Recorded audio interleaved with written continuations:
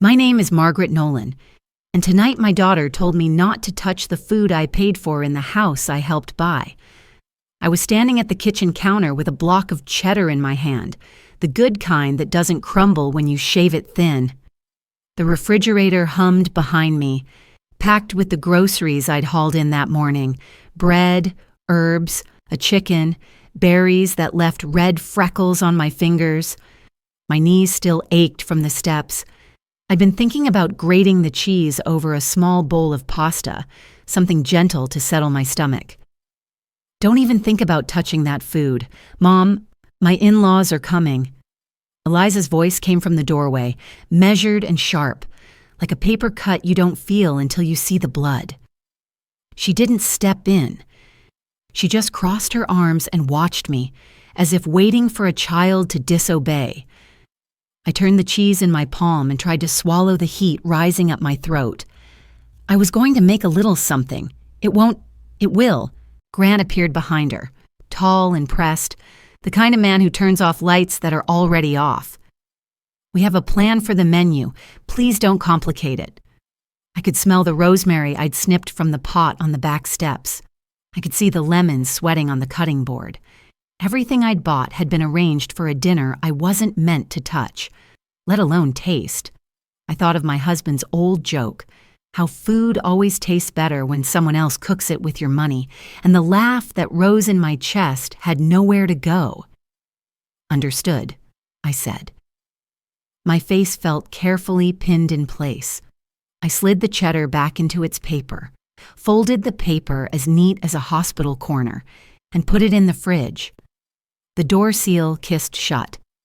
Eliza exhaled like a referee satisfied with the call. "Thank you," she said, polite the way people are at banks. The house filled slowly with the signs of company, ice clattering into glasses, a playlist I didn't recognize, the testing clang of plates.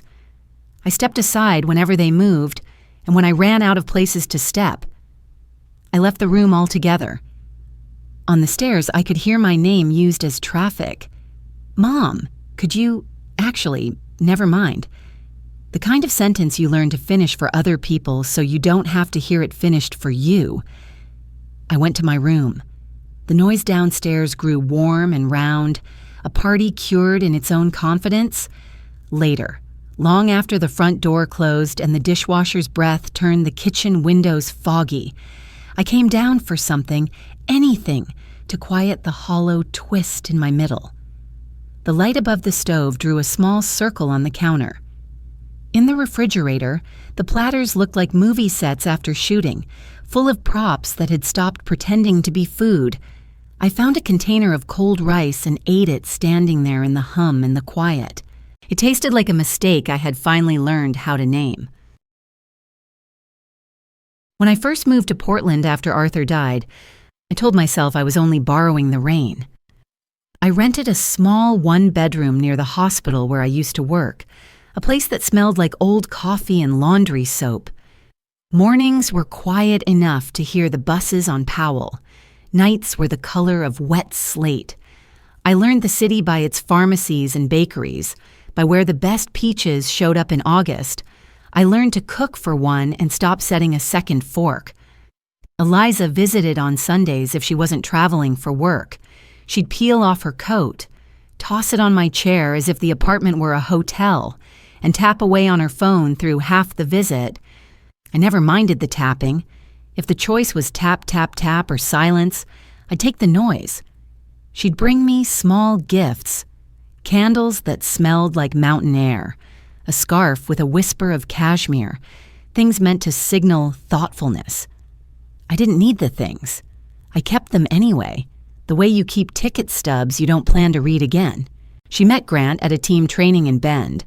He shook my hand the first time like we were signing a contract. He was pleasant, organized, the son of people who believed in reservations and whose shirts were always dry. At dinner, he asked smart questions and placed his napkin in a crisp triangle on his lap. He told me they were thinking about buying, that renting made sense for students and drifters, but they were building a life. Eliza squeezed his arm when he said that. like she could feel the life rising under his sleeve. The wedding was a cathedral of white. I wore a navy dress and shoes that agreed to behave for 3 hours. During the speeches, Grant's father mentioned legacy twice, and Eliza's boss mentioned potential 3 times. I laughed in all the right places and tried not to notice that when Eliza came around the table to hug me, her eyes were already sliding toward the photographer. It wasn't personal, I told myself. Weddings are factories. They stamp out moments and move the line along. They rented a small apartment first, a box with earnest plants on the sill and a couch that apologized for being new. I visited with casseroles and left with empty Tupperware that never found their way back. They were happy in a way that looked rehearsed, but not false. Then, like a season turning, talk of a house began. "It's time," Eliza said, dropping a folder onto my table. Inside were listings that all had clean kitchens and yards that looked like they'd never met a dog. "We're close on the down payment," she said. "We're just shy." "How shy?" I asked, though I already knew the number would be tall. 60, she said, and she didn't blink. It wouldn't be forever. We'd pay you back slowly, and of course, you'd live with us. It would be your home too. No more tiny apartments with stairs that make your knees mutiny. She said home, the way people say shore, like she could see it and was already breathing easier. I touched the folder and felt the smooth teeth of the plastic sleeves inside. She talked about sunlight and commuting and school districts they didn't need yet. She talked about Sunday dinners, about keeping an herb garden, about how we could finally be a family without an empty chair. I sold the 1 bedroom. It wasn't much, but I had equity and a box of savings I had sat on like a bird. My realtor shook my hand over a paper cup of coffee and told me I'd done well for the market. I nodded and thought of Arthur sanding shelves in our first place, cinnamon on the air, the radio murmuring sports from the other room. At the closing for Eliza's house, I handed over a cashier's check that felt heavier than any purse I'd ever carried. The pen the title officer gave me was fat and comfortable. I signed where they showed me. Eliza kissed my cheek in front of strangers and said, "We'll do this together." I believed her because belief is a habit mothers learn early and forget last. Moving day came like a cheerful army. Grant labeled boxes with tidy block letters. I carried what I could, mostly kitchen things and the plant that had forgiven me twice for underwatering it.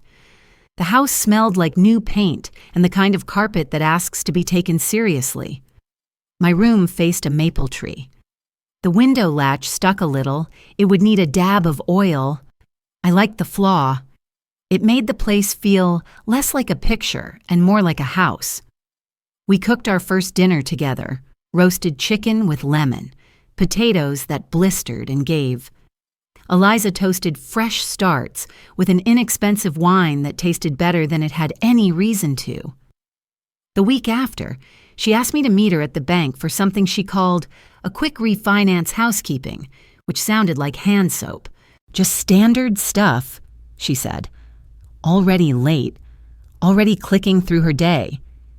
In the office, the papers came in a small avalanche. I read the bold words and trusted the rest, the way you trust a bridge you've crossed before. Here and here, the woman behind the desk said, and I signed. Eliza squeezed my shoulder the way she used to when she asked for the car keys as a teenager, affection braided with hurry. We fell into a rhythm that autumn. I walked the neighborhood in the mornings and learned whose dog barked and whose didn't. I planted rosemary in a pot by the back steps and showed it off when it doubled, as if I'd taught it English. Eliza texted me grocery lists and I loved the ordinary of it, the way love sometimes looks like picking up milk without being asked. When she worked late, I left dinner warm in the oven, when I was the one who forgot to turn on the oven. She cooled faster than the food.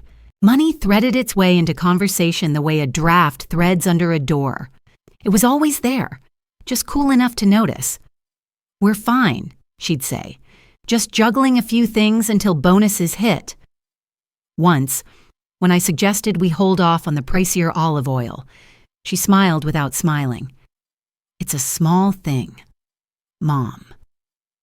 In December, after we hung a string of lights on the porch and pretended the rain was charming, Eliza set a manila folder on the kitchen table.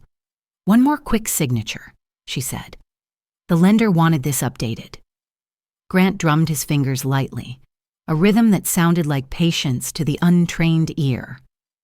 I flipped through, saw my name, saw hers, saw words like acknowledge and release grouped in paragraphs that looked like office wallpaper.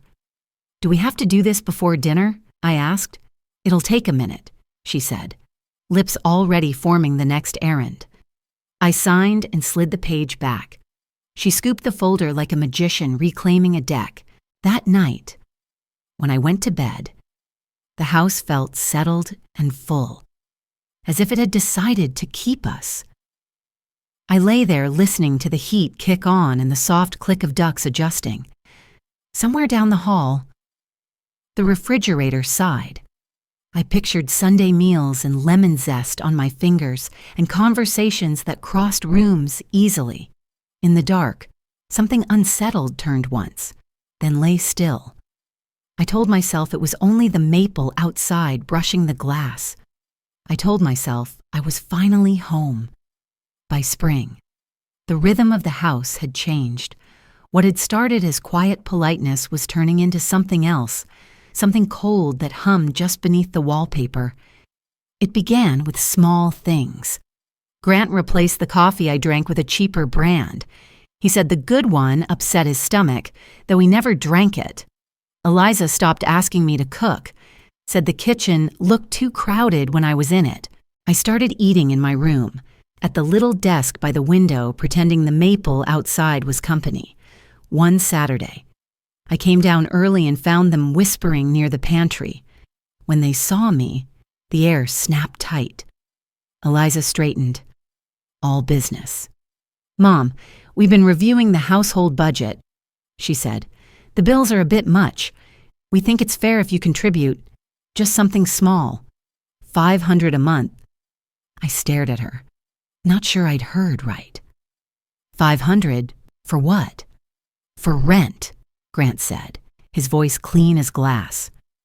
"Any room in this neighborhood costs twice that. We're not asking for much." The room tilted slightly. I thought of the cashier's check, of the papers I'd signed without reading, of the housewarming toast about family and fresh starts. I didn't argue. I just nodded once, because words had become a currency I couldn't afford. That night, I cried quietly into my pillow, careful not to make a sound. Grief, I've learned, can live right beside you and still pretend it's a stranger.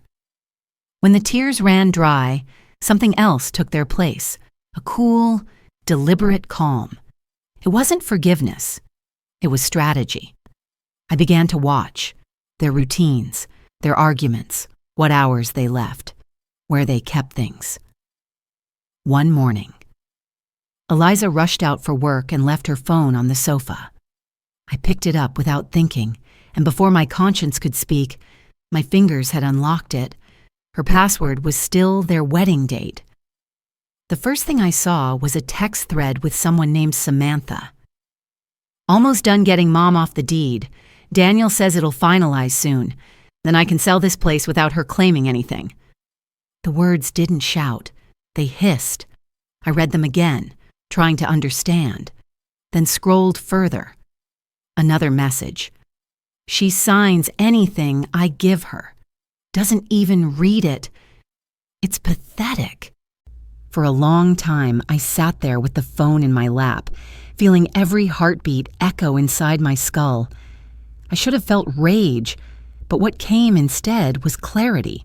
Every small slight, every cold look, every missing grocery. They were steps on a staircase that led here. I set the phone down carefully, like evidence, and went to the bathroom to wash my face. The woman in the mirror looked older, but steadier. I whispered to her, "We're not done yet." The next morning, I found the local legal aid office listed on the community bulletin at the library. The woman at the desk, gray-haired and brisk, listened without blinking. "You'll need a property lawyer," she said. "Someone who understands fraud cases. And bring every document you have, deed copies, receipts, messages, anything." That night, I emptied the small metal box where I kept papers, birth certificates, my late husband's service records, the closing statement from the sale of my old apartment. The deed to this house wasn't there. My chest went cold. The next week, I met attorney Daniel Rhodes. His office was modest, the kind of place where the carpet had earned its wrinkles. He read through my notes while I sat twisting my hands. When he looked up, his eyes were patient but firm. "Mrs. Nolan, what your daughter did could be considered fraud. If she had you sign papers under false pretenses, that's serious. But we'll need proof, signatures, messages, anything that shows intent." "How much will this cost?" I asked, though I already feared the answer. $5,000 to start, he said. "The rest only if we win. You'd owe the full amount if we lose, but you'd get your home, or your money, back if we succeed." It was nearly everything I had left, but I signed his contract the way I had signed everything lately, with quiet determination. The weeks that followed were a blur of waiting and pretending. I made breakfast for 3 people who barely looked up from their plates. I smiled at Grant when he handed me utility bills I didn't owe. I acted as though the house were still shared ground, not a battlefield. But each night I recorded things, every insult, every moment they called me ungrateful, every whispered phone call through the wall. One evening, a certified envelope arrived from the Public Records Office. Inside were copies of the property documents. My hand shook as I read. The deed listed only Eliza and Grant. My name appeared once, next to a clause that read, "Waives all rights of claim and interest." The ink of my own signature burned through me like acid. I took the pages to Daniel's office the next day. He studied them with a pencil between his fingers. "Look here," he said, pointing at a date. "This filing came 2 weeks before the refinance. That's irregular. And these 2 signatures, see the stroke pressure? Different pen, different hand movement. We may have forgery." He started drafting the complaint that afternoon. I went home feeling equal parts terror and relief.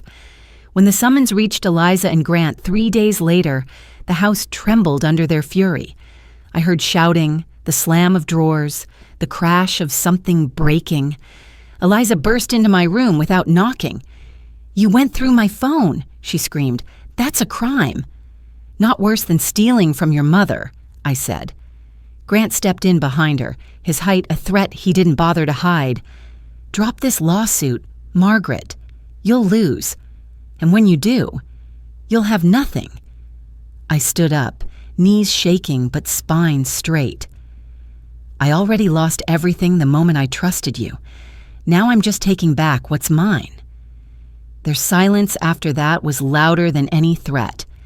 That night, through the walls, I heard them call their lawyer. They were scared. I could tell by the pauses in their sentences. For the first time in months, I slept without tears. The war had started, but at least now, I was fighting on purpose. The lawsuit turned our home into a battlefield dressed as a suburb. For weeks, we lived like actors between scenes, sharing a roof but not a word. They stopped leaving notes on the fridge. I stopped pretending to care. Every sound in the house felt like a declaration of war. Drawers slammed like gavel strikes. Doors clicked shut like verdicts. Daniel called often, updating me in his even tone. "The judge issued a temporary order," he said one morning. "They can't sell or alter the property until the case is resolved." His voice carried something close to triumph. That evening, Eliza's screams split the air. She'd just read the notice. I stepped into the doorway as she threw a stack of papers onto the floor. "You ruined everything! We can't sell now. We can't even refinance. I kept my hands folded. You mean you can't steal from me yet? Her eyes glistened with something between fury and fear. You think you'll win because you hired some cheap lawyer? You're a joke. Mom. Maybe, I said, but I'm a joke with a case number. 6 months later, the trial began.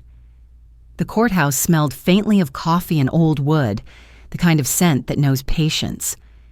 Daniel brushed imaginary dust from his sleeve and whispered, "Just tell the truth. That's all you have to do." Eliza entered with Grant, their lawyer, and a small army of assistants. She wore a gray dress and a look that belonged to someone else. During her testimony, she cried on cue. "My mother misunderstood," she told the judge. "We offered her a home, not a contract. She's confused. When my turn came, my knees wanted to give, but my voice didn't.